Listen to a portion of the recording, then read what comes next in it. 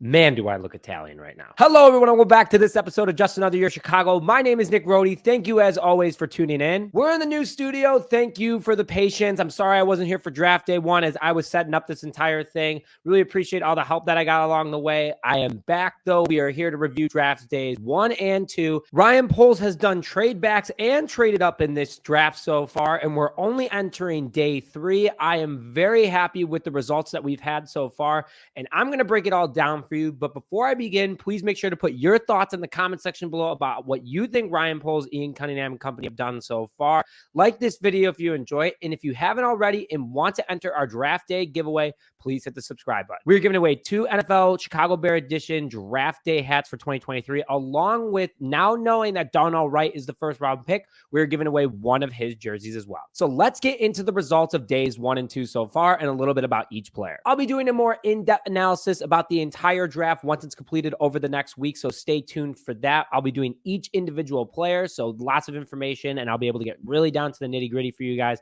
Thank you for tuning in, but this is going to be high level today. So let's start off with what trades happened in this draft. On day 1, the Chicago Bears traded back with the Philadelphia Eagles to get the 10th pick along with a 2024 4th-round pick. On top of it, on day 2, the Chicago Bears traded up with the Jacksonville Jaguars. They traded the number 61 and 136 with Jacksonville in order to move up to 56. And the results were pretty darn good from all that. So we have another draft pick next year. We're already flooded with them. But the first pick for the Chicago Bears at number 10 via the Philadelphia Eagles, the Chicago Bears selected my man, Darnell Wright, offensive tackle from Tennessee. First of all, he was my first round draft crush. Been talking about him for the last couple weeks. Everyone's been annoyed by it, but I guess Ryan Poles must have been either listening to the show or seeing my tweets or something like that, because they picked the best right tackle in college football this past year in order to solidify the offensive line. The 6'5", 333-pound offensive tackle was a senior at Tennessee last year from Huntington, West Virginia. In 2022, he allowed only 5 quarterback hurries, 2 quarterback hits, and 0 sacks in 829 offensive snaps. And he strictly played right tackle last year, which the Bears know that they don't have to flux him to any other position, at least as of right now.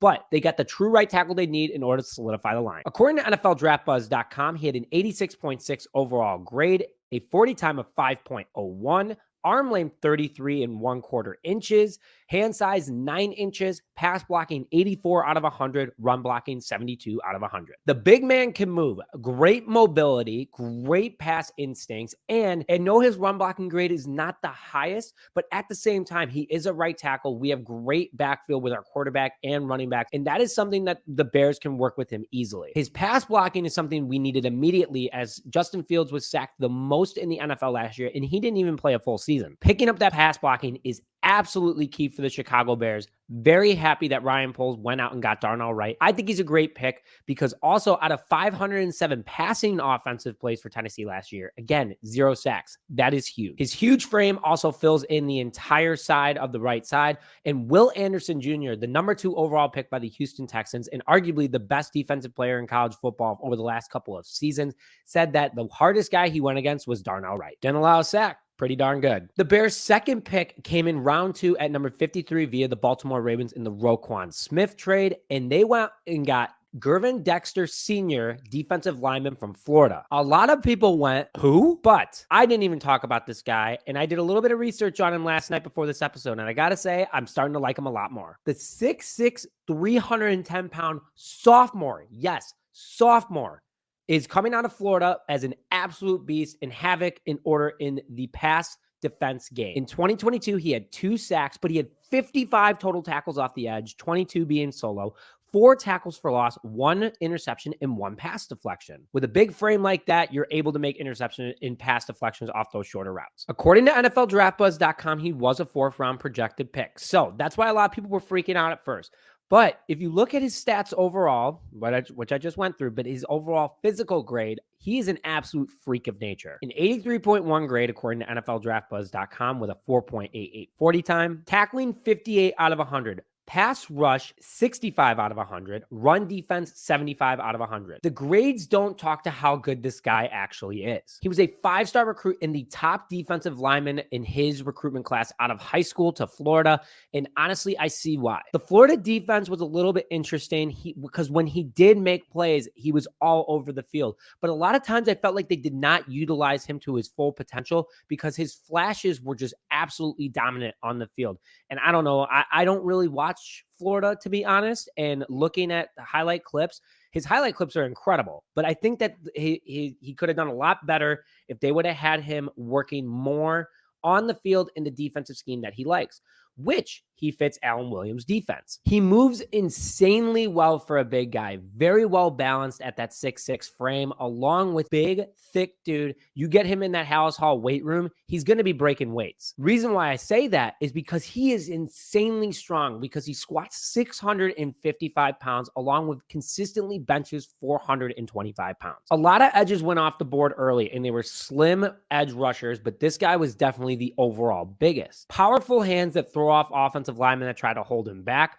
Along with that, he makes himself skinny according to scouts and is able to fill in gaps quickly, and that is why he raises havoc. Our run defense was also terrible last year, along with our getting after the quarterback, and he fills in both of those immediately. The only reason why he dropped is because his motor isn't too strong, but I think that's a lie because Florida did not utilize him well. In my opinion, let's just put that out there. Going to the third pick, also in the second round, like we traded up with the Jacksonville Jaguars at 56, we drafted Tryrique Stevenson, cornerback out of Miami. I've talked about this guy before because he's a 6'1", 198-pound defensive back. He's 22 years old from Miami, Florida. Last year was a slow year for him, which is why he dropped, but he is a very strong corner. In 2022, he had 25 tackles, 18 being solo, 7 assists, 2 interceptions, and 7 pass deflections. Those are strong stats for not playing an entire season, but also with the Miami defense. He had an 83.6 overall grade according to NFLDraftBuzz.com. He has a 40 time of 4.4. Pretty darn quick. Quarterback rating when targeted of 74.9, tackling 51 out of 100, run defense 78 out of 100, but this is where he comes into play. Coverage 80 overall out of 100, zone 78 out of 100, man and press 81 out of 100. He's the big cornerback that I think the Bears are looking for. He's insanely hard hitting, very good field vision, and Matt Eberflus even said himself, he loves that he has that old school personality where it comes to football, where you just want to get out and hit people, but also if you see the ball, you take risk and go out and get it. I really like this pickup. I think that the Bears got him just at the right position. He was projected in the later second round, and Ryan Poles made the right decision. The last pick so far through 2 days came in the third round at 64, and Ryan Poles really took addressing the defense, especially the trenches, seriously, because he picked up defensive tackle Zaach Pickens from South Carolina. He is a huge man at 6'4", almost 300 pounds. He's a senior at 22 years old, had a lot of experience for South Carolina, and he brings that to Chicago, and his stats don't lie. 42 total tackles, 22 being solo, 2.5 sacks, 4 tackles for loss as a defensive tackle. Keep that in mind. 3 pass deflections as a defensive tackle, and 1 forced fumble. According to NFLDraftBuzz.com, he has an 83.3 overall grade, runs a 4.8940 as an interior lineman, making it a very big deal for him to get quick pressure up the middle and get after the quarterback. That's faster than some quarterbacks. Let's just put that out there. Tackling 59 out of 100, pass rush 82 out of 100, and run defense 67 out of 100. Clearly, he can get after the quarterback up the middle, but his speed and agility off the snap is enormous. That makes him a total threat. His size as well as a big wall up the middle, which will help and engulf running backs in order to make sure that they don't get past anyone on the Bears defensive side of the ball. And with a strong linebacking core now, they're able to get after him faster, even if he slows them down a little bit. Due to his size, speed, and strength as well, he causes a ton of double teams for teams, which opens up opportunity for other teammates. I really like the pick so far, and I'm going to give Ryan Poles a solid B out of the gate. Dexter still has a little bit to prove. I know I talked very highly of him, and I talked about him the longest because a lot of people do have questions on him, but I think Dexter is going to be an absolute havoc for the Bears. I like that they took him at 53. I think he's a strong player. There was a ton of edges taken off the board early, but so far I'm giving Ryan Poles a B. But put your thoughts in the comment section below what you guys think, and thank you very much for your patience again in the new studio. Hope you guys like it. Full video is on our Twitter account of what it looks like. It's bared out, let me tell you that. But with that, thank you very much for joining this episode of Just Another Year Chicago. My name is Nick Rody, and we'll see you guys next time.